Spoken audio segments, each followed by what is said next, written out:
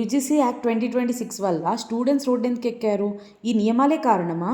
ఈ వీడియో కంప్లీట్గా చూడండి, మీకు తెలుస్తుంది. కొత్త యూజీసీ రూల్స్లో క్యాస్ట్ డిస్క్రిమినేషన్ అనేది ఓన్లీ ఓబీసీ, ఎస్సీ, ఎస్టీకి మాత్రమే వర్తిస్తుంది.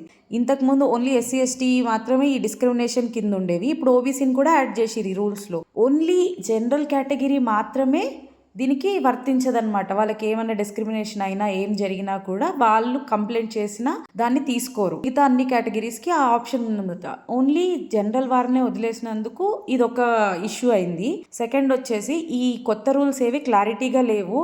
అసలు ఏది తప్పు ఏది కరెక్ట్ అని చెప్పి ఏ రకంగా డిసైడ్ చేస్తారనేది ఇంకో వాదన. థర్డ్ వచ్చేసి ఈ రూల్స్ని చాలామంది పర్సనల్ గ్రష్తో యూస్ చేసుకునే ఛాన్స్ కూడా ఉంటుంది. మనం మామూలుగా కొట్లాడిన తర్వాత కూడా వెళ్ళి నన్ను క్యాస్ట్ డిస్క్రిమినేషన్ చేశారు అని చెప్పేసి కేసు పెట్టే ఛాన్స్ ఉంటుంది, మా లైఫ్ స్పాయిల్ అయితే అని చెప్పేసి చాలామంది దీన్ని కాంట్రవర్సీ చేస్తున్నారు అనమాట. ఇప్పటికే మనము SC, ST atrocity cases 92% fake అని చెప్పేసి వింటూనే ఉన్నాం, చూస్తూనే ఉన్నాము. సో అలా అయ్యే ఛాన్స్ ఉంది. ఈవెన్ కాలేజెస్లో ఎందుకు ఈ డిస్క్రిమినేషన్ అవసరం ఏముంది, అసలు ఈ డిస్క్రిమినేషన్ యాక్టే ఎందుకు అని చెప్పేసి గొడవ చేస్తున్నారు. నెక్స్ట్ పార్ట్లో నేను దీనికి కంటిన్యూషన్ చేస్తాను.